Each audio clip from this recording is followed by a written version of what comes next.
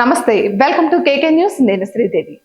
ఎంత ఖరీదైన కార్ అయినప్పటికీ ఇంజిన్ స్టార్ట్ చేసిన సెకండ్ లోనే అత్యధిక వేగాన్ని పుంజుకోవడం సాధ్యం కాదు. కారు స్థాయిని అనుసరించి 3 నుంచి ఒక 10-20 సెకండ్ల వ్యవధిలో దూసుకు వెళ్లేందుకు వీలుగా ఉంటుంది. మరి పాలనా రథం అందుకు ఏ మాత్రం తీసిపోదు. పాలనా వ్యవస్థను పరుగులు తీయించడం అంటే తేలికైన విషయం కాదు. 5 ఏళ్లు పాలన సాగించిన ఒక ప్రభుత్వ స్థానంలో కొత్త ప్రభుత్వం కొలువు తీరిన తర్వాత మార్పులు చేర్పులకు కనీసం ఒక 5-6 నెలలు పడుతుంది. కొన్ని సందర్భాల్లో ఏడాది టైం పట్టినా ఆశ్చర్యపోవాల్సిన అవసరం లేదంటున్నారు చంద్రబాబు. ఇక చంద్రబాబు లాంటి అనుభవం ఉన్న నేత ముఖ్యమంత్రి కుర్చీలో కూర్చున్న వెంటనే అల్లావుద్దీన్ అద్భుత దీపం మాదిరి మార్పులు రావట్లేదన్న అభిప్రాయం కొన్ని వర్గాల్లో బలంగా వినిపిస్తోంది. అలాంటి వారికి తన చేతలతో సమాధానం చెప్పేందుకు కాస్త టైం తీసుకున్నారు చంద్రబాబు.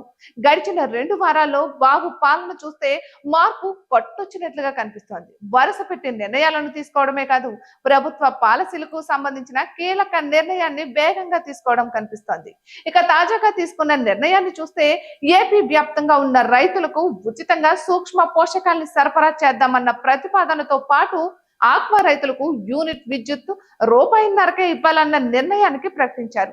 అంతేకాదు జోన్ అన్నది లేకుండా ఆక్వా రైతు అధికారికంగా రిజిస్ట్రేషన్ చేయించుకున్న వారందరికీ రాయితీ మీద విద్యుత్ అందిద్దామని స్పష్టం చేస్తూ తీసుకున్న నిర్ణయం ఆక్వా రైతులకు భారీ ఉపశమనాన్ని కలిగిస్తుందని చెప్పక తప్పదు.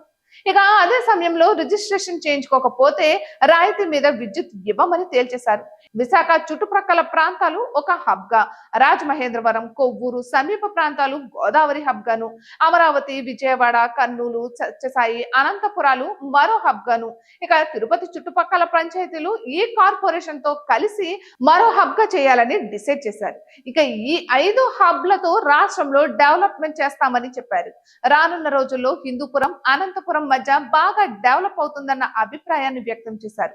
ఇక ఇలా వరుస పెట్టి సీఎం చంద్రబాబు తీసుకుంటున్న నిర్ణయాలు ఏపీ ఇమేజ్ ను మార్చేందుకు పాలనా రథాన్ని టాప్ గేర్ లోకి తీసుకువెళ్లేలా ఉందని చెప్పాలి. ఇటువంటి మరెన్నో వీడియోస్ కోసం కేకే న్యూస్ తెలుగు ఛానల్ ని సబ్స్క్రైబ్ చేసుకోండి.